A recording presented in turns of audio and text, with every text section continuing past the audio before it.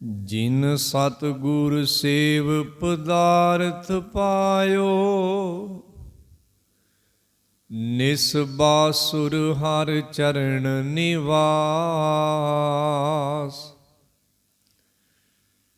ਜਿਨ ਸਤਿਗੁਰ ਸੇਵ ਪਦਾਰਥ ਪਾਇਓ,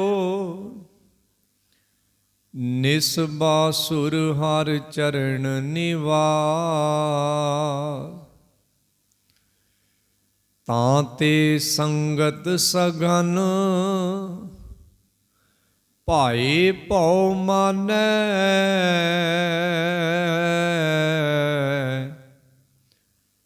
ਤੁਮ ਲਿਆਗਰ ਪ੍ਰਗਟ ਸੁਭਾ। ਤ੍ਰੂ ਪ੍ਰਹਿਲਾਦ ਕਬੀਰ ਤਿਲੋਚਨ, ਨਾਮ ਲੈਤ ਉਪਜਿਓ ਜੋ ਪਰਗਾਸ। ਜੇ ਬਿਖਤ ਅਤ ਹੋਏ ਰਹਸ ਮਨ, ਸੋਈ ਸੰਤ ਸਹਾਰ ਗੁਰੂ ਰਾਮਦਾਸ। ਜੇ ਬਿਖਤ ਅਤ ਹੋਏ ਰਹਸ ਮਨ, ਸੋਈ ਸੰਤ ਸਹਾਰ ਗੁਰੂ ਰਾਮਦਾਸ।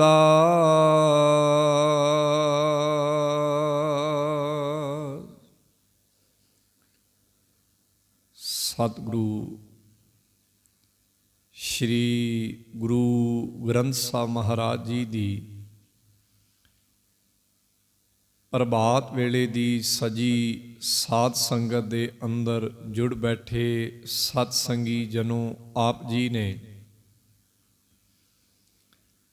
ਸਵਈਏ ਮਹੱਲੇ ਚੌਥੇ ਕੇ ਸਿਰਲੇਖ ਦੇ ਹੇਠ ਉਚਾਰਨ ਕੀਤੇ ਗਏ ਭੱਟ ਸਾਹਿਬਾਨ ਦੇ ਸਵਈਆਂ ਦੇ ਵਿੱਚੋਂ ਸ਼ਹੀਦੀ ਮਰਤਬਾ ਹਾਸਲ ਕਰਨ ਵਾਲੇ ਭੱਟ ਕੀਰਤ ਜੀ ਦੇ ਸਲੋਕ ਸਵਈਏ ਦਾ ਪਾਠ ਸਰਵਣ ਕੀਤਾ ਹੈ। ਉਹਨਾਂ ਦੇ ਗੁਰੂ ਰਾਮਦਾਸ ਮਹਾਰਾਜ ਜੀ ਦੀ ਉਸਤਤ ਦੇ ਵਿੱਚ ਕੁੱਲ 4 ਸਵਈਏ ਹਨ, ਜੋ ਇੱਕ ਲੜੀ ਦੇ ਵਿੱਚ, ਇੱਕ ਤਾਰ ਦੇ ਵਿੱਚ ਹਨ। ਜਿਸ ਲੜੀ ਦੀ ਵਿਚਾਰ ਨੂੰ ਅਸੀਂ ਸਮਝਣ ਦਾ ਯਤਨ ਕਰ ਰਹੇ ਹਾਂ, ਗੁਰੂ ਰਾਮਦਾਸ ਮਹਾਰਾਜ ਜੀ ਦੀ ਅਨੂਠੀ ਸ਼ਖਸੀਅਤ ਦੇ ਪਰਥਾਏ। ਸੋ ਆਓ ਅੱਜ ਦੂਸਰੇ ਸਵਈਏ ਦੀ ਵਿਚਾਰ ਸਾਂਝੀ ਕਰਦੇ ਹਾਂ। ਵਿਚਾਰ ਦੀ ਆਰੰਭਤਾ ਤੋਂ ਪਹਿਲਾਂ ਇੱਕ ਵਾਰ ਸਭਨਾਂ ਨੇ ਪਿਆਰ ਸਹਿਤ ਕਹਿਣਾ ਜੀ, ਓ ਵਾਹਿਗੁਰੂ ਜੀ ਕਾ ਖਾਲਸਾ, ਓ ਵਾਹਿਗੁਰੂ ਜੀ ਕੀ ਫਤਿਹ। ਸਤਿਗੁਰੂ ਗੁਰੂ ਰਾਮਦਾਸ ਮਹਾਰਾਜ ਜੀ ਦੀ ਸਿਫਤ ਸਲੋਤਾ ਦੇ ਵਿੱਚ ਉਚਾਰਨ ਕੀਤੇ ਗਏ 4 ਸਵਈਆਂ ਦੇ ਵਿੱਚੋਂ ਇਹ ਦੂਸਰਾ ਸਵਈਆ ਹੈ। 4 ਸਵਈਆਂ ਦਾ ਕੇਂਦਰ ਬਿੰਦੂ ਹੈ ਇੱਕ ਅਰਦਾਸ ਭਾਟ ਕੀਰਤ ਕੀ, ਗੁਰੂ ਰਾਮਦਾਸ ਰਾਖੋ ਸਰਣਾਈ। ਇਹ ਉਹਨਾਂ 4 ਸਵਈਆਂ ਦੇ ਅਖੀਰਲੇ ਸਵਈਏ ਦੀ ਅਖੀਰਲੀ ਪੰਕਤੀ ਹੈ। ਭੱਟ ਕੀਰਤ ਜੀ ਨੇ ਆਪਣੇ ਆਪ ਨੂੰ ਸਿੱਖ ਰੂਪ ਵਿੱਚ ਅਤੇ ਗੁਰੂ ਰਾਮਦਾਸ ਮਹਾਰਾਜ ਜੀ ਨੂੰ ਗੁਰੂ ਰੂਪ ਵਿੱਚ ਉਚਰਤ ਕਰਕੇ ਤੇ ਇਹ ਖਿਆਲ ਸਾਡੇ ਲਈ ਲਿਖਿਆ ਹੈ ਕਿ ਜਦੋਂ ਇੱਕ ਸਿੱਖ ਨੇ ਗੁਰੂ ਦੀ ਸ਼ਰਨ ਮੰਗਣੀ ਹੈ ਤੇ ਉਹਦੇ ਧਿਆਨ ਵਿੱਚ ਗੁਰੂ ਦੇ ਕਿਹੜੇ ਉਹ ਅਨੋਖੇ ਗੁਣ ਹੋਣੇ ਚਾਹੀਦੇ ਹਨ। ਜਾਂ ਇਉਂ ਕਹਿ ਲਓ ਕਿ ਭਾਈ ਕੀਰਤ ਜੀ ਨੇ, ਭੱਟ ਕੀਰਤ ਜੀ ਨੇ ਗੁਰੂ ਰਾਮਦਾਸ ਮਹਾਰਾਜ ਵਿੱਚ ਐਸਾ ਕੀ ਵੇਖਿਆ ਕਿ ਉਹਨਾਂ ਨੇ ਬੜੇ ਜਜ਼ਬੇ ਦੇ ਨਾਲ, ਬੜੀ ਦ੍ਰਿੜਤਾ ਦੇ ਨਾਲ ਇਹ ਗੱਲ ਕਹੀ ਕਿ ਹੇ ਗੁਰੂ ਰਾਮਦਾਸ ਮਹਾਰਾਜ, ਮੈਨੂੰ ਆਪਣੀ ਚਰਨ ਸ਼ਰਨ ਦੇ ਵਿੱਚ ਰੱਖ ਲਓ। ਉਹਦੇ ਚੋਂ ਕੁਝ ਗੱਲਾਂ ਕੱਲ ਸਾਂਝੀਆਂ ਕੀਤੀਆਂ ਗਈਆਂ ਸਨ ਕਿ ਉਹਨਾਂ ਨੇ ਜੋ ਗੁਰੂ ਰਾਮਦਾਸ ਮਹਾਰਾਜ ਜੀ ਦੇ ਵਿੱਚ ਤੱਕਿਆ ਪਹਿਲੇ ਸਵਈਏ ਦੇ ਵਿੱਚ, ਅੱਜ ਦੂਸਰੇ ਸਵਈਏ ਦੇ ਵਿੱਚ ਭੱਟ ਸਾਹਿਬਾਨ ਕੁਝ ਗੱਲਾਂ ਹੋਰ ਲਿਖਦੇ ਹਨ ਜਿਨ੍ਹਾਂ ਤੋਂ ਪ੍ਰਭਾਵਿਤ ਹੋ ਕੇ, ਜਾਂ ਇਉਂ ਕਹਿ ਲਓ ਗੁਰੂ ਦੇ ਉਹ ਵਿਸ਼ੇਸ਼ ਗੁਣਾਂ ਤੋਂ ਉਹਨਾਂ ਨੇ ਪ੍ਰਭਾਵ ਗ੍ਰਹਿਣ ਕਰਕੇ ਤੇ ਇਹ ਗੱਲ ਕਹੀ ਕਿ ਹੇ ਗੁਰੂ ਰਾਮਦਾਸ ਮਹਾਰਾਜ, ਸਾਨੂੰ ਆਪਣੀ ਚਰਨ ਸ਼ਰਨ ਦੇ ਵਿੱਚ ਰੱਖ ਲਓ। ਇੱਕ ਬੇਨਤੀ ਮੈਂ ਦੁਬਾਰਾ ਫੇਰ ਕਰਾਂਗਾ ਕਿ ਭੱਟ ਸਾਹਿਬਾਨ ਦੇ ਸਵਈਆਂ ਨੂੰ ਪੜ੍ਹਦਿਆਂ ਕਈ ਵਾਰ ਇਹ ਦੁਬਿਧਾ ਜ਼ਰੂਰ ਬਣਦੀ ਹੈ ਕਿ ਉਹਨਾਂ ਨੇ ਜੋ ਗੁਰੂ ਸਾਹਿਬ ਜੀ ਦੀ ਸ਼ਖਸੀਅਤ ਜਾਂ ਗੁਰੂ ਸਾਹਿਬ ਜੀ ਦੇ ਬਾਰੇ ਅਲੱਗ-ਅਲੱਗ ਥਾਵਾਂ ਤੇ ਅਲੱਗ-ਅਲੱਗ ਨਾਮ ਲੈ ਕੇ ਬਚਨ ਕਹੇ ਹਨ। ਇਹ ਗੱਲ ਥੋੜੀ ਜੀ ਸਮਝਣ ਵਾਲੀ ਹੈ। ਜਿਵੇਂ ਅਸੀਂ 6 ਗੁਰੂ ਸਾਹਿਬਾਨ ਦੇ ਬਚਨ ਪੜ੍ਹਦੇ ਹਾਂ, 6 ਗੁਰੂ ਸਾਹਿਬਾਨਾਂ ਦੇ ਬਚਨਾਂ ਵਿੱਚ ਕੇਵਲ ਨਾਨਕ ਨਾਮ ਹੀ ਆਉਂਦਾ ਹੈ। ਨਾਨਕ ਤੋਂ ਅਲੱਗਾ ਨਾ ਅੰਗਦ ਦਾ ਨਾਮ ਆਏਗਾ, ਨਾ ਗੁਰੂ ਅਮਰਦਾਸ ਦਾ, ਨਾ ਗੁਰੂ ਰਾਮਦਾਸ ਦਾ, ਕਿਸੇ ਦਾ ਨਾਮ ਨਹੀਂ ਆਏਗਾ। ਹਾਂ, ਗੁਰੂ ਅਰਜਨ ਸਾਹਿਬ ਦੇ ਸ਼ਬਦਾਂ ਦੇ ਵਿੱਚ ਉਹਨਾਂ ਨੇ 1-2 ਜਗ੍ਹਾ ਤੇ ਗੁਰੂ ਹਰਗੋਬਿੰਦ ਸਾਹਿਬ ਮਹਾਰਾਜ ਜੀ ਦੇ ਨਾਮ ਦੀ ਵਰਤੋਂ ਕੀਤੀ ਹੈ, ਉਹ ਵੀ ਸਾਨੂੰ ਸਿੱਖਿਆ ਦ੍ਰਿੜ ਕਰਾਉਣ ਦੇ ਲਈ। ਜਿਵੇਂ ਅਸੀਂ ਪੜ੍ਹਦੇ ਹਾਂ, ਸ਼ੀਤਲਾ ਤੇ ਰਾਖਿਆ ਬਿਹਾਰੀ, ਪਾਰ ਬ੍ਰਹਮ ਪ੍ਰਭ ਕਿਰਪਾ ਧਾਰੀ, ਹਰ ਗੋਬਿੰਦ ਨਵਾਂ ਨਰੋਵਾ। ਹਾਲਾਂਕਿ ਇਹਦੇ ਵੀ ਭਾਵ ਸਾਡੇ ਪੰਥ 'ਚ 2 ਨੇ, ਪਰ ਕੁਝ ਸੱਜਣ ਇਹਦਾ ਭਾਵ ਗੁਰੂ ਹਰਗੋਬਿੰਦ ਸਾਹਿਬ ਮਹਾਰਾਜ ਲੈ ਕੇ ਚੱਲਦੇ ਹਨ। ਪਰ ਜਿਹੜੀ ਗੱਲ ਮੈਂ ਸਾਂਝੀ ਕਰਨ ਲੱਗਾ ਕਿ 6 ਗੁਰੂ ਸਾਹਿਬਾਨਾਂ ਨੇ, ਭਾਵ 6 ਗੁਰੂ ਸਰੀਰਾਂ ਨੇ ਨਾਨਕ ਨਾਮ ਦੀ ਵਰਤੋਂ ਕੀਤੀ। ਇਸ ਤੋਂ ਅਲੱਗਾ ਭਾਈ ਸਾਹਿਬ ਭਾਈ ਸੱਤਾ ਜੀ ਤੇ ਭਾਈ ਸਾਹਿਬ ਭਾਈ ਬਲਵੰਡ ਜੀ ਤੇ ਭਾਈ ਸਾਹਿਬ ਭਾਈ ਸੁੰਦਰ ਜੀ ਤੇ ਭੱਟ ਸਾਹਿਬਾਨਾਂ ਨੇ ਬਾਬੇ ਨਾਨਕ ਤੋਂ ਬਾਅਦ ਭਾਈ ਲਹਿਣੇ ਦੀ, ਗੁਰੂ ਅੰਗਦ ਸਾਹਿਬ, ਗੁਰੂ ਅਮਰਦਾਸ, ਗੁਰੂ ਰਾਮਦਾਸ, ਗੁਰੂ ਅਰਜਨ ਸਾਹਿਬ, ਇਹਨਾਂ ਲਫ਼ਜ਼ਾਂ ਦੀ ਵਰਤੋਂ ਉਹਨਾਂ ਨੇ ਆਪਣੀ ਬਾਣੀ ਦੇ ਵਿੱਚ ਕੀਤੀ। ਪਰ ਉਹਨਾਂ ਨੇ ਇੱਕ ਗੱਲ ਬਿਲਕੁਲ ਸਪਸ਼ਟ ਕੀਤੀ, ਧਿਆਨ ਨਾਲ ਪੜ੍ਹਿਓ, ਜੁਦਾ ਕਰਕੇ ਪੜ੍ਹਿਓ। ਜਦੋਂ ਇਹਨਾਂ ਬਚਨਾਂ ਨੂੰ ਤੁਸੀਂ ਜੁਦਾ ਕਰਕੇ ਪੜ੍ਹੋਗੇ ਤੇ ਹੈਰਾਨ ਹੋ ਜਾਓਗੇ। ਇਹ ਬਚਨ ਗੁਰੂ ਨੇ ਨਹੀਂ, ਇੱਕ ਸਿੱਖ ਨੇ ਆਪਣੇ ਵੱਲੋਂ ਸਪਸ਼ਟ ਕੀਤੇ ਹਨ। ਮੈਂ ਭਾਈ ਸੱਤਾ ਜੀ ਤੇ ਬਲਵੰਡ ਜੀ ਦੀ ਵਾਰ ਵਿੱਚੋਂ ਉਦਾਹਰਨ ਦੇਵਾਂਗਾ।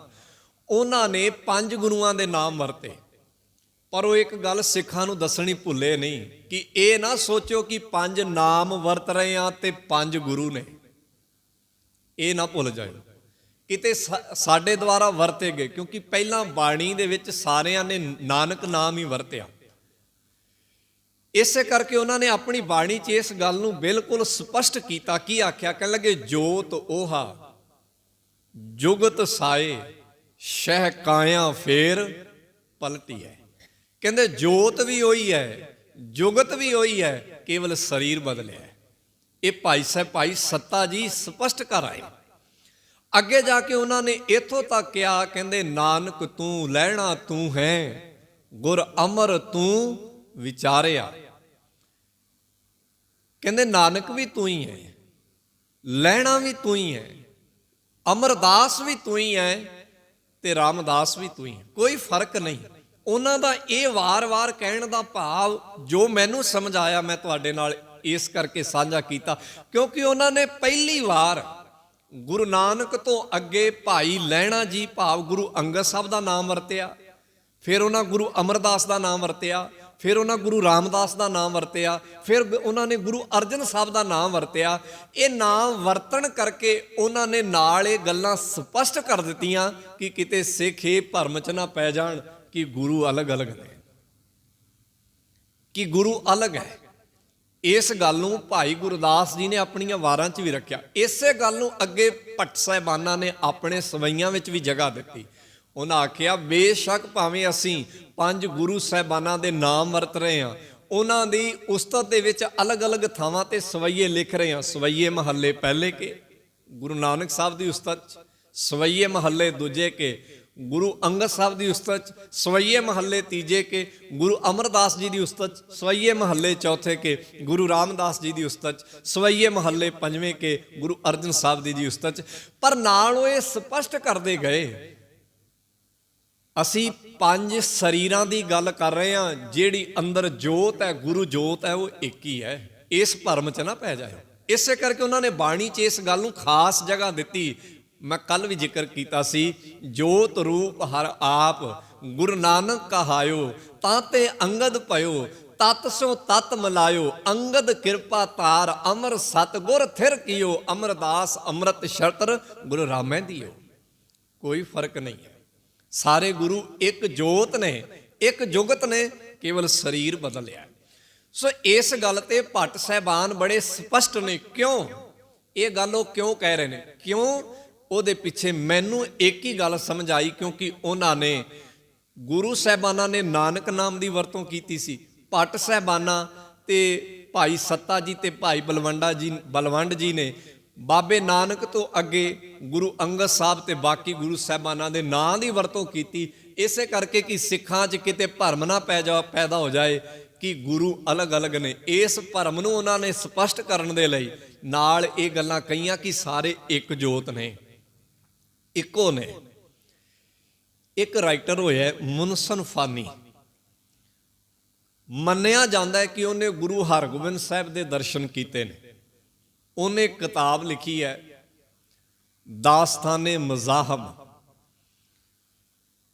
ਕਹਿੰਦੇ ਨੇ ਕਿ ਇਹਦਾ ਭਾਵ ਇਹ ਹੈ ਕਿ ਧਰਮਾਂ ਦਾ ਇਤਿਹਾਸ।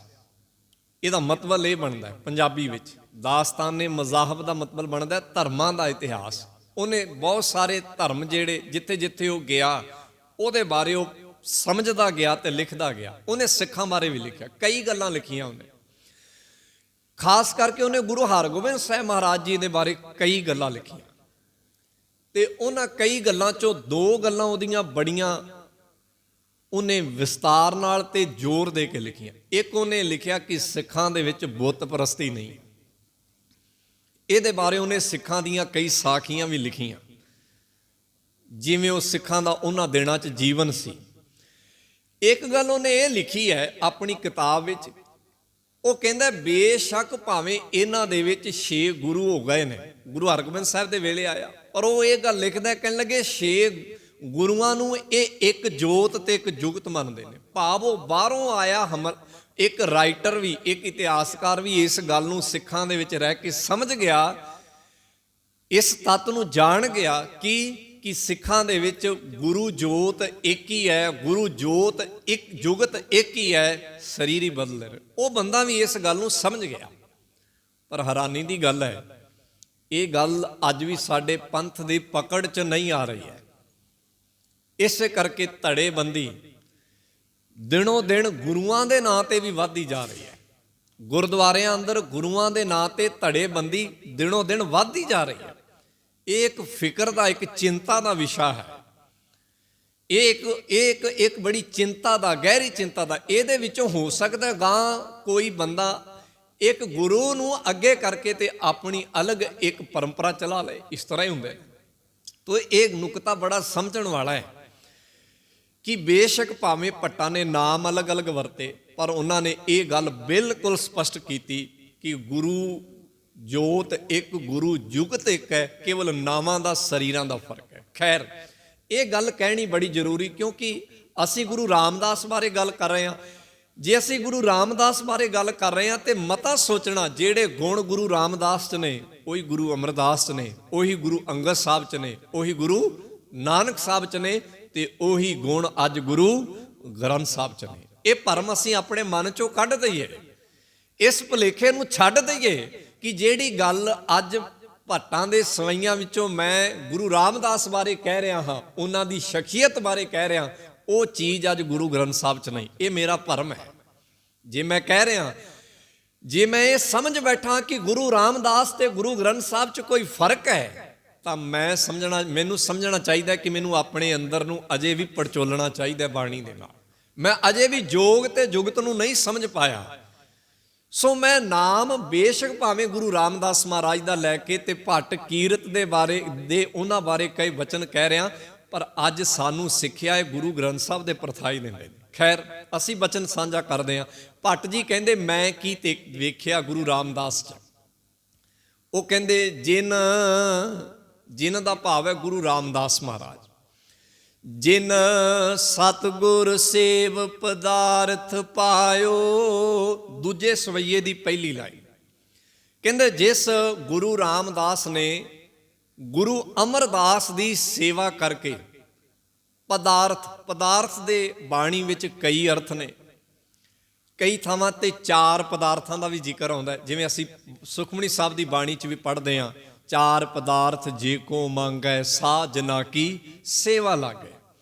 ਕਈ ਥਾਵਾਂ ਤੇ 16 ਪਦਾਰਥਾਂ ਦਾ ਜ਼ਿਕਰ ਵੀ ਆਉਂਦਾ ਹੈ। 4 ਪਦਾਰਥਾਂ ਦਾ ਜ਼ਿਕਰ ਸਿਮਰਤੀਆਂ ਦੇ ਵਿੱਚ ਹੈ।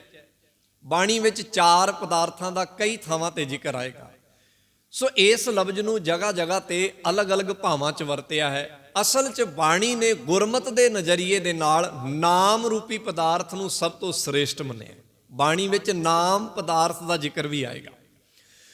ਸੋ ਇੱਥੇ ਪਦਾਰਥ ਦਾ ਭਾਵ ਕੋਈ ਵਸਤੂ ਨਹੀਂ। ਵੈਸੇ ਪਦਾਰਥ ਦਾ ਮਤਲਬ ਹਿੰਦੀ ਦੇ ਵਿੱਚ ਵਸਤੂ ਹੁੰਦਾ ਹੈ, ਜਿਵੇਂ ਪਾਣੀ ਇੱਕ ਪਦਾਰਥ ਹੈ, ਦਰਵ, ਕਣਕ ਇੱਕ ਪਦਾਰਥ ਹੈ, ਠੋਸ, ਮਿੱਟੀ ਇੱਕ ਪਦਾਰਥ ਹੈ। ਇਵੇਂ ਤੋ ਗੁਰਦੇਵ ਕਹਿੰਦੇ ਗੁਰੂ ਰਾਮਦਾਸ ਮਹਾਰਾਜ ਨੇ ਗੁਰੂ ਅਮਰਦਾਸ ਮਹਾਰਾਜ ਜੀ ਦੀ ਸੇਵਾ ਚਰਨ ਸ਼ਰਨ ਦੇ ਵਿੱਚ ਰਹਿ ਕੇ ਨਾਮ ਰੂਪੀ ਪਦਾਰਥ ਪ੍ਰਾਪਤ ਕਰ ਲਿਆ। ਜਿਨ ਸਤਿਗੁਰ ਸੇਵ ਪਦਾਰਥ ਪਾਇਓ, ਨਿਸਬਾ ਸੁਰ ਹਰ ਚਰਨ ਨਿਵਾਸ। ਨਿਸ ਕਹਿੰਦੇ ਰਾਤ ਨੂੰ, ਬਾਸੁਰ ਕਹਿੰਦੇ ਦਿਨ ਨੂੰ। ਕਹਿੰਦੇ ਦਿਨ ਤੇ ਰਾਤ ਆਪਣਾ ਧਿਆਨ ਜਿਹੜਾ ਹੈ ਉਹ ਗੁਰੂ ਦੇ ਚਰਨਾਂ ਵਿੱਚ ਗੁਰੂ ਰਾਮਦਾਸ ਮਹਾਰਾਜ ਭਾਵ ਭਾਈ ਜੇਠਾ ਜੀ ਨੇ ਜੋੜੀ ਰੱਖਿਆ। ਨਿਸਬਾ ਸੁਰ ਹਰ ਚਰਨ ਨਿਵਾਸ ਭਾਵ ਗੁਰੂ ਤੋਂ ਦੂਰੀ ਨਹੀਂ ਬਣਾਈ। ਮੁਸ਼ਕਲਾਂ ਵੀ ਆਈਆਂ, ਦਿੱਕਤਾਂ ਵੀ ਆਈਆਂ। ਇੱਥੋਂ ਤੱਕ ਵੀ ਸਾਡੇ ਇਤਿਹਾਸ ਵਿੱਚ ਜ਼ਿਕਰ ਆਉਂਦਾ ਹੈ, ਜਿਵੇਂ ਗੁਰੂ ਹਰਿਰਾਏ ਸਾਹਿਬ ਜੀ ਨੇ ਰਾਮ ਰਾਏ ਨੂੰ ਭੇਜਿਆ ਸੀ, ਇਵੇਂ ਗੁਰੂ ਅਮਰਦਾਸ ਮਹਾਰਾਜ ਨੇ ਭਾਈ ਜੇਠਾ ਜੀ ਤੇ ਉਹਨਾਂ ਦੇ ਨਾਲ ਹੋਰ ਸਿੱਖਾਂ ਨੂੰ ਅਕਬਰ ਦੇ ਦਰਬਾਰ ਵਿੱਚ ਵੀ ਭੇਜਿਆ ਸੀ। ਉਸ ਵਕਤ ਵੀ ਸ਼ਿਕਾਇਤ ਹੋਈ ਸੀ। ਸਾਡੇ ਜੇਹਨ ਵਿੱਚ ਜ਼ਿਆਦਾਤਰ ਰਾਮ ਰਾਏ ਵਾਲੀ ਘਟਨਾ ਹੈ, ਕਿਉਂਕਿ ਬਹੁਤ ਜ਼ਿਆਦਾ ਉਹ ਪ੍ਰਮੁੱਖ ਹੋ ਗਈ। ਉਹਦੇ ਵੀ ਕੁਝ ਕਾਰਨ ਸਨ, ਪਰ ਭਾਈ ਜੇਠਾ ਜੀ ਵੀ ਗਏ। ਪਰ ਭਾਈ ਜੇਠਾ ਜੀ ਨੇ ਉੱਥੇ ਜਾ ਕੇ ਅਕਬਰ ਦੇ ਦਰਬਾਰ ਵਿੱਚ ਜੋ ਕਿਹਾ, ਜੋ ਦੱਸਿਆ, ਉਹ ਕਾਬਿਲੇ ਤਾਰੀਫ ਹੈ। ਉਹਨੂੰ ਸੁਣ ਕੇ ਹੀ, ਉਹਦੇ ਤੋਂ ਪ੍ਰਭਾਵਿਤ ਹੋ ਕੇ ਹੀ ਅਕਬਰ ਜਿਹੜਾ ਹੈ ਉਹਨਾਂ ਸਭ ਮੁਤਸਵੀ ਲੋਕਾਂ ਦੀਆਂ ਸ਼ਿਕਾਇਤਾਂ ਨੂੰ ਪਰੇ ਕਰਕੇ ਗੋਇੰਦਵਾਲ ਵਿਖੇ ਗੁਰੂ ਅਮਰਦਾਸ ਮਹਾਰਾਜ ਦੇ ਦਰ ਤੇ ਆਇਆ ਸੀ। ਆਪ ਅੰਦਾਜ਼ਾ ਲਾਓ ਕਿਹੋ ਜੀ ਸ਼ਖਸੀਅਤ ਦੇ ਮਾਲਕ ਹੋਣਗੇ ਭਾਈ ਜੇਠਾ ਜੀ, ਗੁਰੂ ਰਾਮਦਾਸ ਮਹਾਰਾਜ। ਉਹਨਾਂ ਨੇ ਕਿੰਨਾ ਧਿਆਨ ਗੁਰੂ ਦੇ ਚਰਨਾਂ ਦੇ ਵਿੱਚ, ਚਰਨ ਕਮਲ ਵਿੱਚ ਦਿਨ ਰਾਤ ਜੋੜੀ ਰੱਖਿਆ ਹੋਵੇਗਾ ਕਿ ਉਹ ਸਰਕਾਰੇ ਦਰਬਾਰੇ ਵੀ ਗਏ ਤੇ ਉਹਨਾਂ ਨੇ ਗੁਰੂ ਦਾ ਪੱਖ ਇੰਨੀ ਦ੍ਰਿੜਤਾ ਦੇ ਨਾਲ ਰੱਖਿਆ ਕਿ ਇੱਕ ਰਾਜਾ ਵੀ ਪ੍ਰਭਾਵਿਤ ਹੋ ਕੇ ਗੋਇੰਦਵਾਲ ਆਇਆ। ਕਈ ਗੱਲਾਂ ਬੜੀਆਂ ਅਹਿਮ ਨੇ। ਜਦੋਂ ਆਇਆ ਤੇ ਕਹਿੰਦੇ ਜਿਹੜੇ ਨਾਲ ਸ਼ਰੀ ਲੋਕ ਆਏ ਸਨ, ਰਾਜਾ ਜਾਂਦਾ ਸੀ ਤੇ ਪ੍ਰੋਟੋਕੋਲ ਸੀਗਾ ਕਿ ਗਲੀਚੇ ਵਿਛਾਏ ਜਾਂਦੇ ਸੀ। ਪਰ ਜਦੋਂ ਭਾਈ ਜੇਠਾ ਜੀ ਕੋਲੋਂ ਗੁਰੂ ਘਰ ਦੀ ਅਜ਼ਮਤ ਨੂੰ ਸੁਣਿਆ, ਗੁਰੂ ਘਰ ਦੇ ਸਭ ਨੁਕਤੇ ਨੁਗਾਹ ਨੂੰ ਸੁਣਿਆ ਹੈ, ਤਾਂ ਕਹਿੰਦੇ ਅਕਬਰ ਨੇ ਆਪ ਮਨਾ ਕੀਤਾ ਕਿ ਇਹ ਦਰ ਸਾਰਿਆਂ ਦਾ ਸਾਂਝਾ ਹੈ, ਇੱਥੇ ਮੈਂ ਚਟਾਈ ਤੇ ਪੈਰ ਰੱਖ ਕੇ ਨਹੀਂ ਜਾਵਾਂਗਾ। ਇਹ ਗੱਲਾਂ ਬੜੀਆਂ ਅਹਿਮ ਨੇ। ਉਹ ਆਇਆ, ਉਹਨੇ ਆਮ ਲੋਕਾਂ ਨਾਲ ਬਹਿ ਕੇ ਲੰਗਰ ਛਕਿਆ, ਆਮ ਲੋਕਾਂ ਦੇ ਨਾਲ ਬਹਿ ਕੇ ਉਹਨੇ ਪ੍ਰਸ਼ਾਦਾ ਛਕਿਆ, ਜਗੀਰ ਦੀ ਪੇਸ਼ਕਸ਼ ਵੀ ਕੀਤੀ ਕਿ ਇੰਨੇ ਪਿੰਡਾਂ ਦੀ ਜਗੀਰ ਜਿਹੜੀ ਹੈ ਅਸੀਂ ਗੁਰੂ ਘਰ ਦੇ ਨਾਂ ਕਰਨੀ ਚਾਹੁੰਦੇ ਹਾਂ, ਪਰ ਗੁਰੂ ਅਮਰਦਾਸ ਮਹਾਰਾਜ ਨੇ ਮਨਾ ਕਰ ਦਿੱਤਾ। ਇਹ ਸਭ ਗੱਲਾਂ ਦੇ ਪਿੱਛੇ, ਕਿਉਂਕਿ ਪਹਿਲੀ ਵਾਰ ਅਕਬਰ ਦੇ ਸਾਹਮਣੇ ਜੇ ਕੋਈ ਗੁਰੂ ਘਰ ਦਾ ਪੱਖ ਰੱਖਣ ਗਿਆ ਤੇ ਉਹ ਭਾਈ ਜੇਠਾ ਹੀ ਸੀ, ਉਹ ਗੁਰੂ ਰਾਮਦਾਸ ਮਹਾਰਾਜ ਹੀ ਸਨ। ਇਸੇ ਕਰਕੇ ਉਹਨਾਂ ਨੇ ਆਪਣੀ ਬਾਣੀ 'ਚ ਇੱਕ ਗੱਲ ਲਿਖੀ, ਜਿਹੜੀ ਇੱਥੇ ਮੈਂ ਸਾਂਝੀ ਕਰਨੀ ਚਾਹਾਂਗਾ। ਉਹ ਲਿਖਦੇ ਨੇ ਗੁਰੂ ਰਾਮਦਾਸ ਮਹਾਰਾਜ ਜਦੋਂ ਗੁਰੂ ਪਦਵੀ ਤੇ ਬੈਠੇ, ਕਹਿੰਦੇ ਜੇ ਤੁਸੀਂ ਆਪਣੇ ਗੁਰੂ ਨੂੰ ਲੁਕਾਵੋਗੇ ਆਪਣੇ ਸਾਹਮਣੇ ਤੇ ਕਿਸੇ ਦੇ ਸਾਹਮਣੇ, ਇਹ ਤੋਂ ਵੱਡਾ ਹੋਰ ਕੋਈ ਗੁਨਾਹ ਨਹੀਂ ਆ। ਜੋ ਰਾਮ ਰਾਏ ਨੂੰ ਦੁਰਕਾਰਾਂ ਪਈਆਂ, ਜੋ ਰਾਮ ਰਾਏ ਦਾ ਹਸ਼ਰ ਹੋਇਆ, ਉਹਦੇ ਪਿੱਛੇ ਆਈ ਬਚਨ ਸੀ। ਗੁਰੂ ਰਾਮਦਾਸ ਮਹਾਰਾਜ ਦਾ ਬਚਨ ਹੈ, ਕਹਿੰਦੇ ਜਿਨ ਗੁਰ ਗੋਪਿਆ ਆਪਣਾ। ਇਹ ਬਚਨ ਗੌੜੀ ਰਾਗ ਦੇ ਵਿੱਚ, ਗੌੜੀ ਕੀ ਵਾਰ ਦੇ ਵਿੱਚ ਹੈ। ਗੋਪਿਆ ਕਹਿੰਦੇ ਨੇ ਲੁਕਾ ਲੈਣਾ, ਛੁਪਾ ਲੈਣਾ। ਕਹਿੰਦੇ ਜੇ ਤੁਸੀਂ ਆਪਣੇ ਸਾਹਮਣੇ ਆਪਣੇ ਗੁਰੂ ਨੂੰ ਲੁਕਾ ਲਓਗੇ ਜਾਂ ਕਿਸੇ ਦੂਸਰੇ ਦੇ ਸਾਹਮਣੇ ਆਪਣੇ ਗੁਰੂ ਨੂੰ ਛੁਪਾ ਲਓਗੇ ਤਾਂ ਇਹ ਕੰਮ ਠੀਕ ਨਹੀਂ। ਇਹ ਕੀ ਆ? ਕਹਿੰਦੇ ਜਿਨ ਗੁਰ ਗੋਪਿਆ ਆਪਣਾ ਤੇ ਨਰ ਬੁਰਿਆਰੀ, ਬੜੇ ਬੁਰੇ ਨੇ। ਹਰ ਤਿਨਕਾ ਦਰਸ਼ਨ ਨਾ ਕਰੋ। ਇਹੋ ਜਿਹੇ ਬੰਦਿਆਂ ਦੇ ਦਰਸ਼ਨ ਨਹੀਂ ਮੈਂ ਕਰਨੇ ਚਾਹੁੰਦਾ। ਕਿਉਂ? ਕਹਿੰਦੇ ਪਾਪਿਸ਼ਟ। ਅਸੀਂ ਤੇ ਪਾਪੀ ਉਹਨੂੰ ਮੰਨਦੇ ਹਾਂ ਜਿਹਨੇ ਕਿਸੇ ਦਾ ਕਤਲ ਕੀਤਾ ਹੋਵੇ। ਹਤਿਆਰੀ, ਅਸੀਂ ਹਤਿਆਰਾ ਉਹਨੂੰ ਮੰਨਦੇ ਹਾਂ ਜਿਸ ਕਿਸੇ ਨੇ ਕਿਸੇ ਦਾ ਕਤਲ ਕੀਤਾ ਹੋਵੇ। ਪਰ ਗੁਰੂ ਰਾਮਦਾਸ ਮਹਾਰਾਜ ਕਹਿੰਦੇ ਸਮਝ ਲਓ ਇਹ ਵੀ ਇੱਕ ਕਤਲ ਹੀ ਹੈ, ਇਹ ਵੀ ਇੱਕ ਹੱਤਿਆ ਹੀ ਹੈ, ਜਿਹਨੇ ਆਪਣੇ ਗੁਰੂ ਨੂੰ ਕਿਸੇ ਦੇ ਸਾਹਮਣੇ ਲੁਕਾ ਲਿਆ। ਸੋ ਇਹ ਬਚਨ ਮੈਂ ਇਸ ਕਰਕੇ ਸਾਂਝਾ ਕੀਤਾ। ਭੱਟ ਜੀ ਕਹਿੰਦੇ ਮੈਂ ਵੇਖਿਆ ਕਿ ਦਿਨ ਤੇ ਰਾਤ ਉਹਨਾਂ ਦਾ ਧਿਆਨ ਗੁਰੂ 'ਚ ਜੁੜਿਆ ਰਿਹਾ। ਜੋ ਸਰਕਾਰੇ ਦਰਬਾਰੇ ਵੀ ਗਏ ਤੇ ਸਰਕਾਰੇ ਦਰਬਾਰ ਦੀ ਚਮਕ ਵੇਖ ਕੇ ਉਹ ਘਬਰਾਏ ਨਹੀਂ। ਉਹਨਾਂ ਨੇ ਆਪਣੇ ਗੁਰੂ ਦਾ ਪੱਲਾ ਛੱਡਿਆ ਨਹੀਂ, ਉੱਥੇ ਵੀ ਆਪਣਾ ਪੱਖ ਜ਼ੋਰਦਾਰ ਤਰੀਕੇ ਨਾਲ ਰੱਖਿਆ। ਅਗਲੀ ਗੱਲ, ਇਹ ਸਭ ਉਹ ਗੱਲਾਂ ਨੇ ਜਿਹੜੀਆਂ ਗੁਰੂ ਰਾਮਦਾਸ 'ਚ ਨੇ, ਇਹ ਸਾਰੇ ਗੁਰੂ ਸਾਹਿਬਾਨਾਂ 'ਚ ਨੇ। ਇਹ ਗੁਰੂ ਨਾਨਕ ਸਾਹਿਬ 'ਚ ਵੀ ਨੇ, ਇਹ ਗੁਰੂ ਅੰਗਦ ਸਾਹਿਬ 'ਚ ਵੀ ਨੇ। ਆਪਾਂ ਗੁਰੂ ਅੰਗਦ ਸਾਹਿਬ ਦੇ ਬਾਰੇ ਪੜ੍ਹਦੇ ਹਾਂ। ਹਮਾਯੂ ਆਇਆ ਸੀ, ਤਲਵਾਰ ਕੱਢ ਕੇ ਕੀ ਕਹਿੰਦਾ ਸੀ? ਇਹੀ ਗੱਲ ਆਖੀ ਸੀ ਗੁਰੂ ਅੰਗਦ ਸਾਹਿਬ ਮਹਾਰਾਜ ਨੇ ਕਿ ਜਿੱਥੇ ਜ਼ੋਰ ਚੱਲਣਾ ਚਾਹੀਦਾ ਉੱਥੇ ਚੱਲਿਆ ਨਹੀਂ ਤੇ ਇੱਥੇ ਤੂੰ। ਸੋ ਇਹ ਗੁਣ, ਉਹੀ ਗੱਲ ਜਿਹੜੀ ਮੈਂ ਪਹਿਲਾਂ ਸਾਂਝੀ ਕੀਤੀ, ਜੋਤ ਤੇ ਜੁਗਤ 'ਚ ਕੋਈ ਫਰਕ ਨਹੀਂ ਹੈ। ਨਾਵਾਂ ਦਾ ਫਰਕ ਤੇ ਸਰੀਰਾਂ ਦਾ ਫਰਕ ਹੈ। ਸੋ ਅੱਗੇ ਭੱਟ ਜੀ ਕਹਿੰਦੇ ਤਾਂ ਤੇ ਸੰਗਤ ਸਗਨ। ਤਾਂ ਤੇ ਦਾ ਮਤਲਬ ਹੈ ਉਸ ਗੁਰੂ ਰਾਮਦਾਸ ਮਹਾਰਾਜ ਤੋਂ। ਸੰਗਤ ਦਾ ਭਾਵ ਹੈ ਜਿਹੜੀ ਉਸ ਵਕਤ ਸੰਗਤ ਸੀ। ਸਗਨ, ਸਗਨ ਕਹਿੰਦੇ ਨੇ ਬਹੁਤ ਜ਼ਿਆਦੀ। ਇੱਕ ਸ਼ਬਦ ਆਉਂਦਾ ਜਿਹਨੂੰ ਆਪਾਂ ਕਹਿੰਦੇ ਘਣਾ। ਘਣਾ, ਘਣਾ, ਘਣਾ ਦਾ ਭਾਵ ਹੁੰਦਾ ਬਹੁਤ ਜ਼ਿਆਦਾ। ਉਹਦਾ ਛੋਟਾ ਰੂਪ ਹੈ ਘਣ, ਤੇ ਘਣ ਤੋਂ ਬਾਣੀ 'ਚ ਭੱਟਾਂ ਨੇ ਲਿਖਿਆ ਸਘਨ। ਸਘਨ ਦਾ ਭਾਵ ਹੈ ਬਹੁਤ ਜ਼ਿਆਦਾ। ਕਹਿੰਦੇ ਗੁਰੂ ਰਾਮਦਾਸ ਮਹਾਰਾਜ ਤੋਂ ਜਿੰਨੀ ਵੀ ਸੰਗਤ ਹੈ, ਜੋ ਬਹੁਤ ਵੱਡੀ ਗਿਣਤੀ ਦੇ ਵਿੱਚ ਹੈ। ਵੇਖੋ ਬਾਣੀ ਦੇ ਵਿੱਚ ਜਿੱਥੇ ਆਤਮਕ ਰਮਜਾਂ ਨੇ, ਉੱਥੇ ਕਿਤੇ ਕਿਤੇ ਗੁਰੂ ਦੇ ਆਲੇ ਦੁਆਲੇ ਦਾ ਜੋ ਵਰਤਾਰਾ ਸੀ ਉਹਦੇ ਬਾਰੇ ਵੀ ਜ਼ਿਕਰ ਹੈ। ਹੁਣ ਇਸ ਲਫ਼ਜ਼ ਨੂੰ ਜਦੋਂ ਮੈਂ ਕੱਲ ਤੋਂ ਆਪਣੇ ਜੇਨ ਵਿੱਚ ਪੜ੍ਹ ਰਿਹਾ ਸਾਂ ਤੇ ਮੈਂ ਸਮਝ ਰਿਹਾ ਸਾਂ ਕਿ ਜਿਹੜੀ ਗੱਲ ਕਹਿੰਦੇ ਇਤਿਹਾਸਕਾਰ ਕਹਿੰਦੇ ਹਨ ਕਿ ਗੁਰੂ ਨਾਨਕ ਸਾਹਿਬ ਮਹਾਰਾਜ ਨੇ ਇੰਨੇ ਕਰੋੜ ਸਿੱਖ ਬਣਾਏ, ਉਹ ਕਿਤੇ ਝੂਠੀ ਨਹੀਂ। ਉਹਦੇ ਵਿੱਚ ਕੋਈ ਅਤ ਕਥਨੀ ਨਹੀਂ। ਭੱਟਾਂ ਨੇ ਉਹਦੇ ਵਾਸਤੇ ਇੱਕ ਲਫ਼ਜ਼ ਵਰਤਿਆ ਸਗਨ। ਸਗਨ ਦਾ ਮਤਲਬ ਹੈ ਬਹੁਤ ਸੰਘਣੀ, ਗਹਿਰੀ, ਬਹੁਤ ਜ਼ਿਆਦਾ। ਕਹਿੰਦੇ ਜਿੰਨੀ ਵੀ ਸੰਗਤ ਹੈ ਜੋ ਬਹੁਤ ਵੱਡੀ ਗਿਣਤੀ ਦੇ ਵਿੱਚ ਹੈ, ਕੀ ਕਰਦੀ ਹੈ? ਕਹਿੰਦੇ ਤਾਂ ਤੇ ਸੰਗਤ ਸਗਨ ਭਾਏ ਭਉ ਮਾਨੈ। ਭਾਏ ਕਹਿੰਦੇ ਨੇ ਪ੍ਰੇਮ ਨੂੰ, ਭਉ ਕਹਿੰਦੇ ਨੇ ਡਰ ਨੂੰ, ਮਾਨੇ ਕਹਿੰਦੇ ਮੰਨਣਾ ਨੂੰ। ਕਹਿੰਦੇ ਗੁਰੂ ਰਾਮਦਾਸ ਮਹਾਰਾਜ ਦਾ ਡਰ ਜਿਹੜਾ ਹੈ ਬੜੇ ਪ੍ਰੇਮ ਦੇ ਨਾਲ ਸੰਗਤ ਜਿਹੜੀ ਹੈ ਮੰਨ ਰਹੀ ਹੈ। ਕਿਉਂਕਿ ਗੁਰੂ ਦਾ ਡਰ ਪ੍ਰੇਮ 'ਚ ਤੇ ਮੰਨਿਆ ਜਾ ਸਕਦਾ। ਗੁਰੂ ਪ੍ਰੇਮ 'ਚ ਤੇ ਡਰਾਉਂਦਾ ਹੈ। ਜਿਹਨੂੰ ਗੁਰਬਾਣੀ ਨੇ ਆਖਿਆ ਹੈ ਨਿਰਮਲ ਭਉ ਪਾਇਆ ਹਰ ਗੁਣ ਗਾਇਆ। ਪਿੱਛੇ ਜੇ ਅਸੀਂ ਸਮਝਿਆ ਸੀ ਵਿਆਖਿਆ ਕਰਦਿਆਂ ਹੋਇਆ ਕਿ ਦੋ ਤਰ੍ਹਾਂ ਦੇ ਡਰ ਦਾ ਜ਼ਿਕਰ ਆਇਆ ਬਾਣੀ 'ਚ। ਇੱਕ ਡਰ ਅਵਗਣ ਹੈ, ਇੱਕ ਡਰ ਗੁਣ ਹੈ। ਜੋ ਗੁਰੂ ਦਾ ਡਰ ਹੈ ਜਿਹਦੇ ਵਿੱਚ ਪ੍ਰੇਮ ਦਾ ਹੋਣਾ ਜ਼ਰੂਰੀ ਹੈ। ਤੋਂ ਕਹਿੰਦੇ ਗੁਰੂ ਰਾਮਦਾਸ ਮਹਾਰਾਜ ਤੋਂ ਜਿਹੜੀ ਸੰਗਤ ਹੈ ਇਹ ਬੜੇ ਪ੍ਰੇਮ ਦੇ ਨਾਲ ਡਰਦੀ ਹੈ, ਉਹਨਾਂ ਦਾ ਭਾਉ ਕਬੂਲ ਕਰਦੀ ਹੈ। ਇਹਦੀ ਸ਼ੁਰੂਆਤ ਕਿੱਥੋਂ ਹੋਈ? ਇਹਦਾ ਜ਼ਿਕਰ ਪੜ੍ਹਦਿਆਂ ਪੜ੍ਹਦਿਆਂ ਮੈਨੂੰ ਮਿਲਿਆ ਭਾਈ ਸੁੰਦਰ ਜੀ ਦੀ ਬਾਣੀ 7 ਦੇ ਵਿੱਚੋਂ। ਉਹਦੀ ਅਖੀਰਲੀ ਪੌੜੀ ਪੜ੍ਹੋ, ਉਹਦੇ ਵਿੱਚ ਜ਼ਿਕਰ ਆਉਂਦਾ ਜਦੋਂ ਗੁਰੂ ਅਮਰਦਾਸ ਮਹਾਰਾਜ ਗੱਦੀ ਦੇਣ ਲੱਗੇ ਤਾਂ ਕਈ ਬੰਦਿਆਂ ਨੇ ਵਿੱਚ ਹੋ ਸਕਦਾ ਸ਼ੰਕਾ ਕੀਤਾ ਹੋਇਆ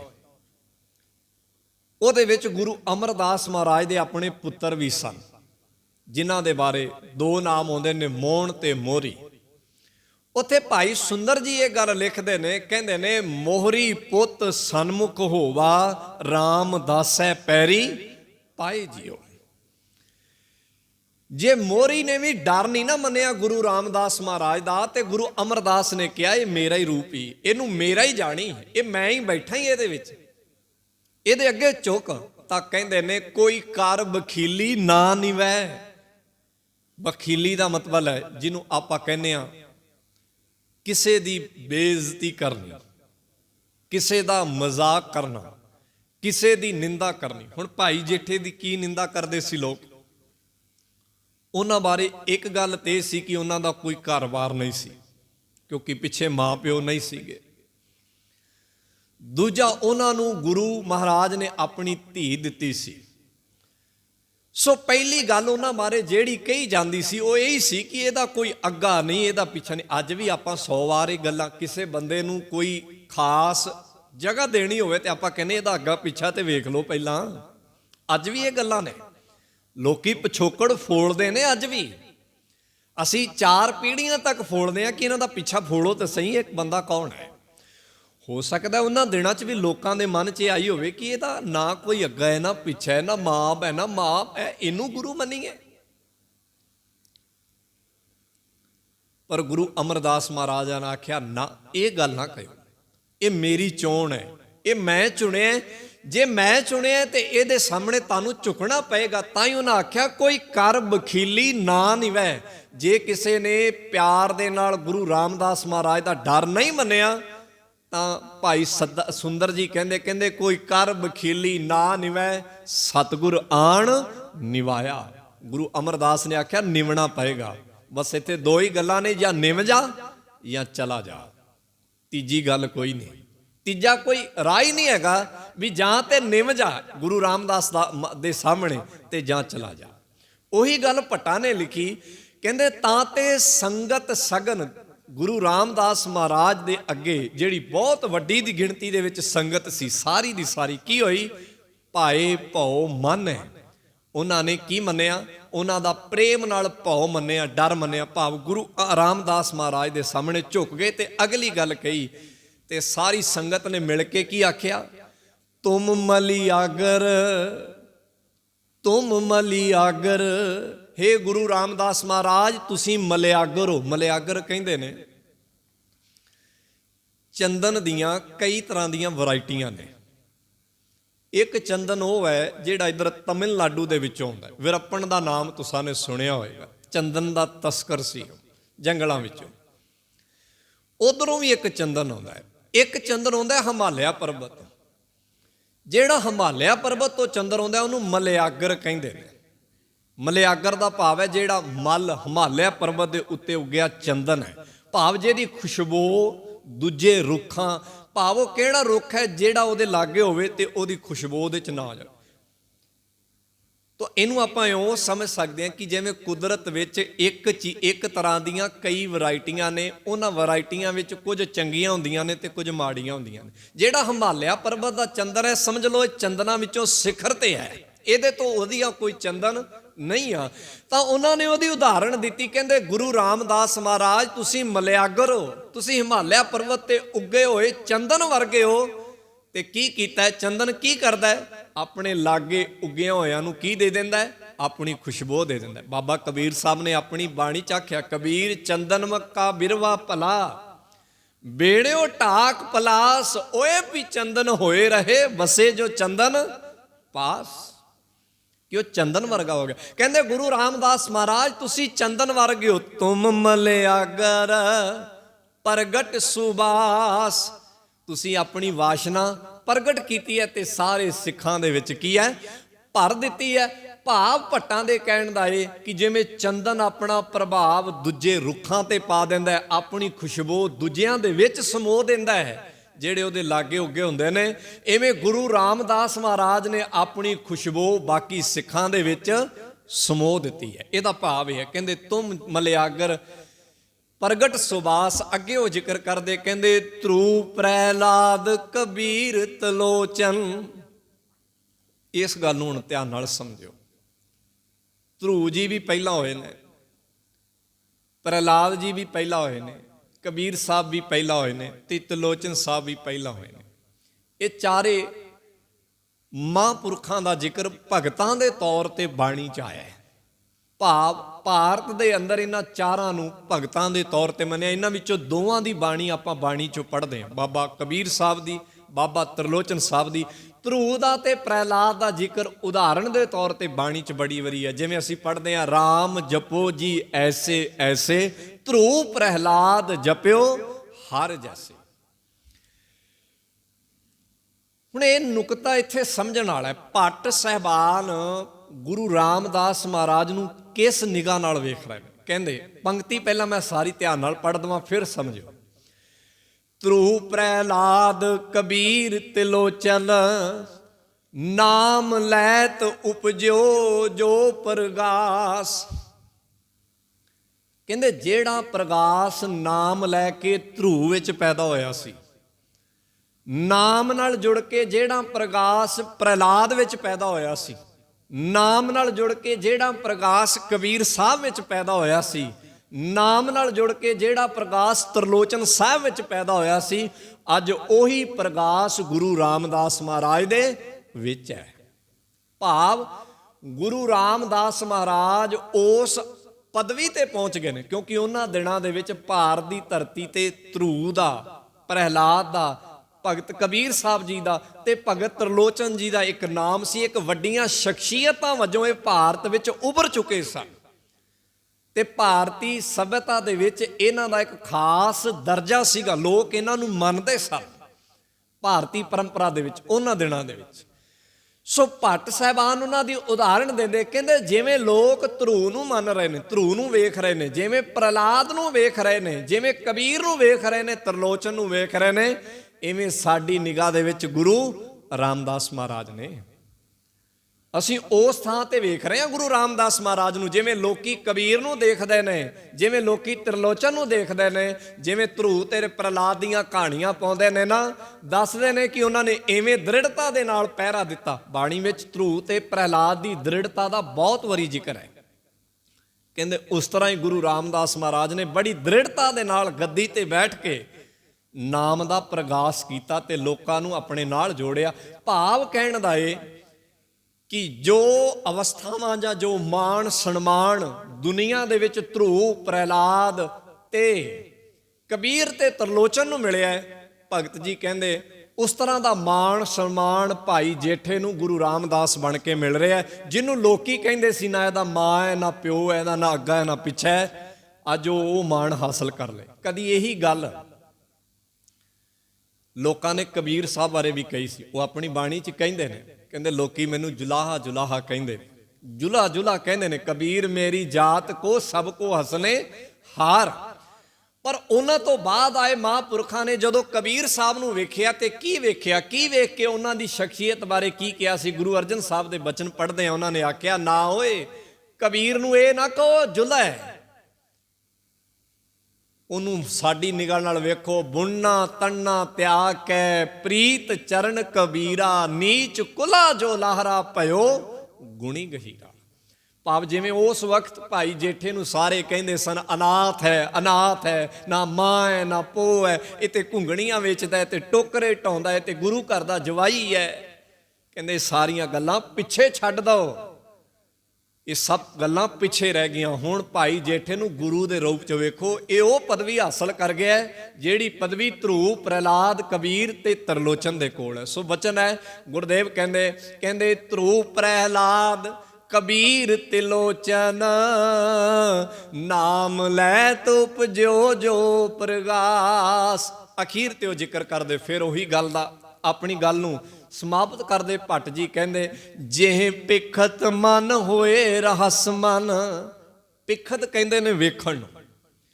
ਕਹਿੰਦੇ ਜਿਸ ਗੁਰੂ ਰਾਮਦਾਸ ਨੂੰ ਵੇਖਦਿਆਂ ਮਨ ਵਿੱਚ ਰਹੱਸ ਪੈਦਾ ਹੁੰਦਾ। ਰਹੱਸ ਸਮਝ ਲਿਓ ਫਿਰ। ਜੇ ਪਿਖਤ ਮਨ ਹੋਏ ਰਹਸ ਮਨ, ਜਿਸ ਗੁਰੂ ਰਾਮਦਾਸ ਨੂੰ ਵੇਖ ਕੇ ਮਨ ਵਿੱਚ ਰਹੱਸ ਪੈਦਾ। ਰਹੱਸ ਕਹਿੰਦੇ ਨੇ ਇੱਕ ਖਾਸ ਤਰ੍ਹਾਂ ਦਾ ਰਸ ਜਿਹਨੂੰ ਗੁਰੂ ਰਾਮਦਾਸ ਨੇ ਆਪਣੀ ਬਾਣੀ 'ਚ ਇਉਂ ਲਿਖਿਆ, ਜਬ ਗੁਰ ਦੇਖੇ। ਉਹ ਇੱਕ ਥਾਂ ਤੇ ਉਹਨਾਂ ਦਾ ਇੱਕ ਬਚਨ ਆਉਂਦਾ, ਕਹਿੰਦੇ ਜਦੋਂ ਗੁਰੂ ਮੇਰੇ ਵੱਲ ਵੇਖਦਾ ਤੇ ਮੇਰੇ ਮਨ ਅੰਦਰ ਇੱਕ ਖਾਸ ਤਰ੍ਹਾਂ ਦਾ ਰਸ ਪੈਦਾ ਹੁੰਦਾ ਹੈ। ਇਵੇਂ ਭੱਟ ਜੀ ਕਹਿੰਦੇ ਜਦੋਂ ਅਸੀਂ ਗੁਰੂ ਰਾਮਦਾਸ ਮਹਾਰਾਜ ਨੂੰ ਵੇਖਦੇ ਹਾਂ ਤੇ ਸਾਡੇ ਅੰਦਰ ਇੱਕ ਖਾਸ ਤਰ੍ਹਾਂ ਦਾ ਰਸ ਪੈਦਾ ਹੁੰਦਾ ਹੈ। ਗੁਰੂ ਨੂੰ ਵੇਖ ਕੇ ਇੱਕ ਖਾਸ ਤਰ੍ਹਾਂ ਦਾ ਜਜ਼ਬਾ ਚੜ੍ਹਦਾ ਜਾਂਦਾ ਹੈ। ਸ਼ਾਇਦ ਇਹ ਉਹੀ ਰਸ ਹੈ ਜਿਹੜਾ ਭਾਈ ਦਿਆਲਾ ਜੀ ਨੇ, ਭਾਈ ਸਤੀ ਦਾਸ ਜੀ ਨੇ ਤੇ ਭਾਈ ਮਤੀ ਦਾਸ ਜੀ ਨੇ ਗੁਰੂ ਤੇਗ ਬਹਾਦਰ ਮਹਾਰਾਜ ਨੂੰ ਵੇਖ ਕੇ ਆਪਣੇ ਅੰਦਰ ਪੈਦਾ ਕੀਤਾ ਹੈ। ਮੈਂ ਜ਼ਿਕਰ ਕਰ ਰਿਹਾ, ਇਹ ਰਸ ਨੂੰ ਅਸੀਂ ਖੁਦ ਸਮਝ ਸਕਦੇ ਹਾਂ, ਇਹਦੇ ਬਾਰੇ ਬੋਲਿਆ ਨਹੀਂ ਜਾ ਸਕਦਾ, ਕਿਉਂਕਿ ਹਰ ਇੱਕ ਬੰਦੇ ਦੀ ਗੁਰੂ ਨੂੰ ਵੇਖਣ ਦੀ ਨਿਗਾਹ ਅਲੱਗ-ਅਲੱਗ ਹੈ। ਤੁਹਾਡੀ ਹੋਰ ਹੈ, ਮੇਰੀ ਹੋਰ ਹੈ। ਮੈਂ ਕਿਸੇ ਹੋਰ ਦ੍ਰਿਸ਼ਟੀ ਨਾਲ ਦੇਖਦਾ, ਤੁਸੀਂ ਕਿਸੇ ਹੋਰ ਦ੍ਰਿਸ਼ਟੀ ਨਾਲ ਦੇਖਦੇ ਹੋ, ਪਰ ਵੇਖਣਾ ਗੁਰੂ ਨੂੰ ਹੈ। ਜਦੋਂ ਗੁਰੂ ਨੂੰ ਦੇਖਦੇ ਹਾਂ ਤੇ ਅੰਦਰ ਇੱਕ ਰਸ ਪੈਦਾ ਹੁੰਦਾ। ਆਪਾਂ ਬਾਣੀ 'ਚੋਂ ਵੀ ਪੜ੍ਹਦੇ ਹਾਂ, ਜਿੱਥੇ ਬਚਨ ਆਉਂਦਾ ਹੈ, ਗੁਰ ਕਾ ਦਰਸ਼ਨ ਦੇਖ ਦੇਖ ਜੀਵਾ, ਗੁਰ ਕੇ ਚਰਨ ਧੋਏ ਧੋਏ ਪੀਵਾ। ਬਾਣੀ 'ਚ ਬੜੀ ਵਾਰੀ ਗੁਰੂ ਦੇ ਦਰਸ਼ਨਾਂ ਦਾ ਜ਼ਿਕਰ ਆਉਂਦਾ। ਤੋ ਭੱਟ ਜੀ ਕਹਿੰਦੇ ਜਦੋਂ ਗੁਰੂ ਰਾਮਦਾਸ ਨੂੰ ਵੇਖਿਆ ਤੇ ਸਾਡੇ ਮਨ 'ਚ ਇੱਕ ਰਸ ਪੈਦਾ ਹੋਇਆ।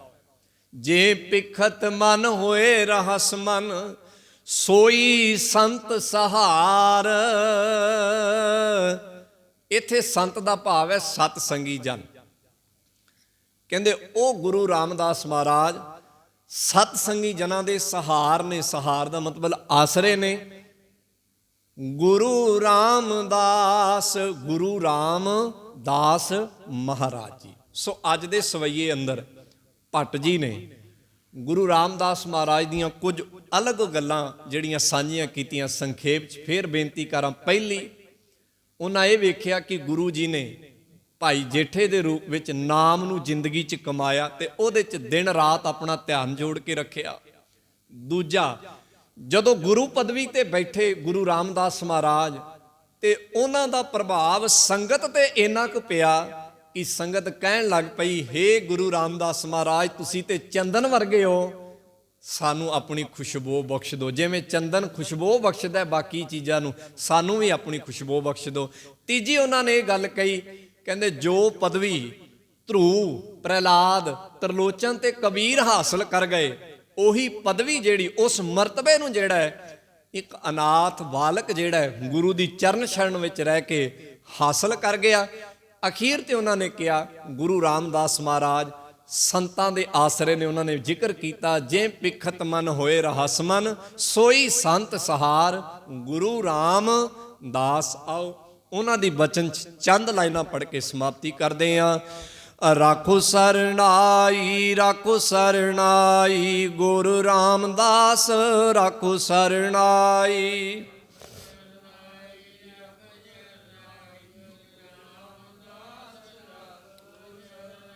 ਰਾਖੋ ਸਰਨਾਈ, ਰਾਖੋ ਸਰਨਾਈ, ਗੁਰੂ ਰਾਮਦਾਸ ਰਾਖੋ ਸਰਨਾਈ।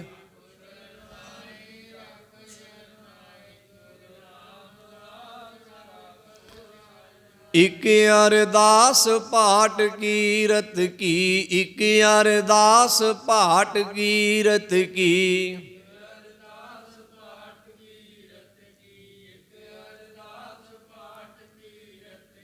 ਰਾਖੋ ਸਰਨਾਈ, ਰਾਖੋ ਸਰਨਾਈ, ਗੁਰੂ ਰਾਮਦਾਸ ਰਾਖੋ ਸਰਨਾਈ। ਰਾਖੋ ਸਰਨਾਈ, ਗੁਰੂ ਰਾਮਦਾਸ ਰਾਖੋ ਸਰਨਾਈ। ਓ ਵਾਹਿਗੁਰੂ ਜੀ ਕਾ ਖਾਲਸਾ, ਓ ਵਾਹਿਗੁਰੂ ਜੀ ਕੀ